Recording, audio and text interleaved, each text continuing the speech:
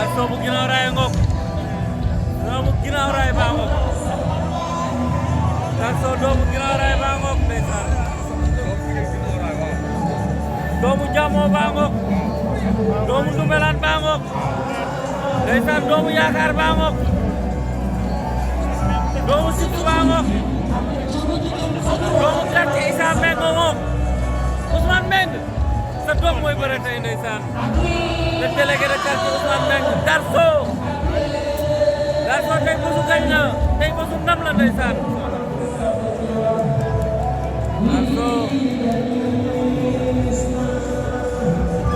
Darso bu doon fekk cosaan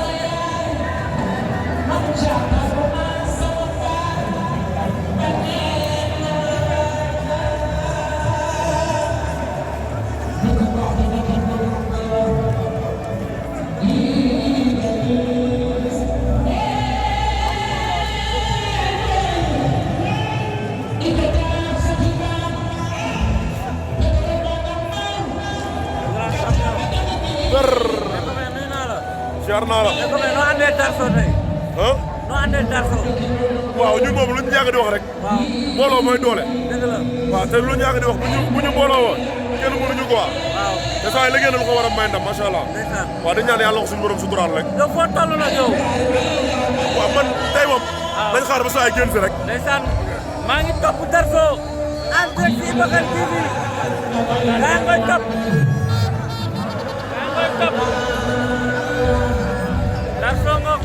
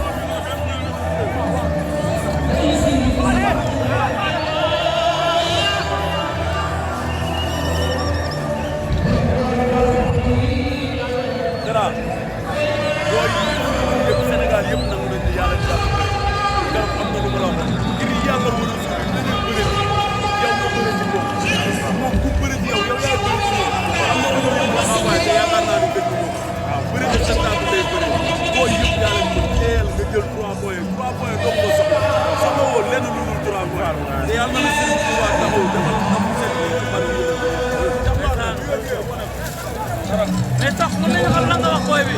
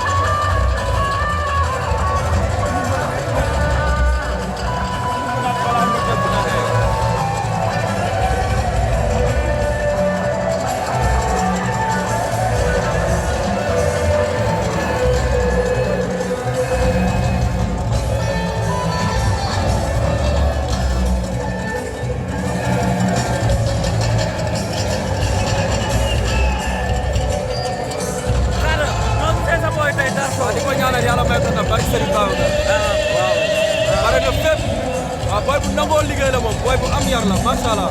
bila yàlla ko yàlla may ndam.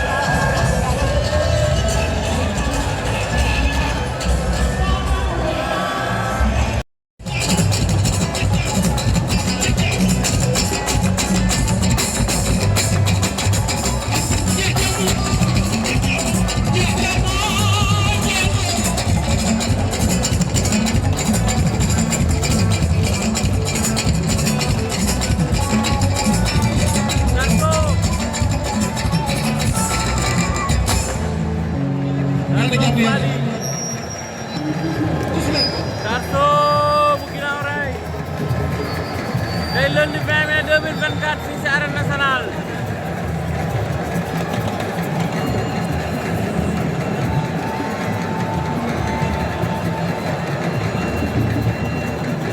bëre leen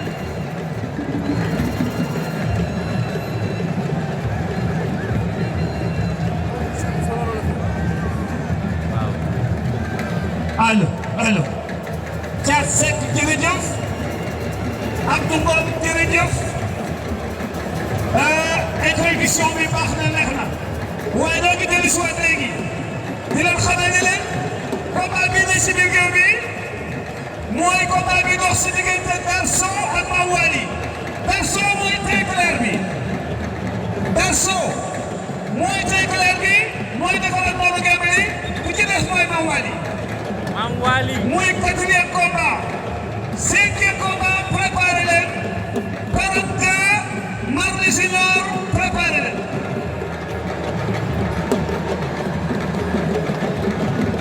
Yankaw ñëwal tuus Yankaw Junior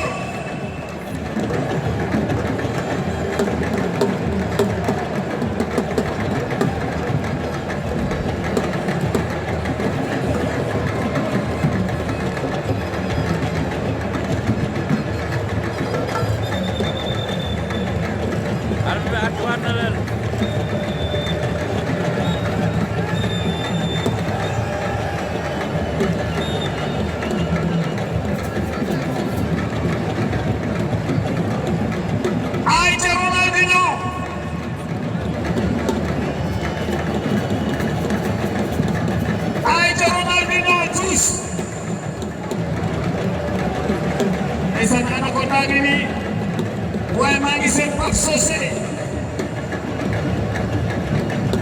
siyaar naa la déedéet kii mooy Yankaw mooy borom bis bu mag bi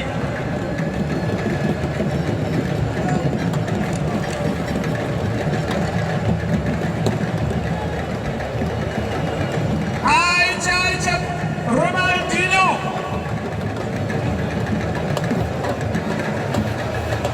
ndeysaan Anaconda ngi naan ni dem ànd ak mooy cargo Ronaldinho ñu ngi tuus daan nañu Darso daan nañu Darso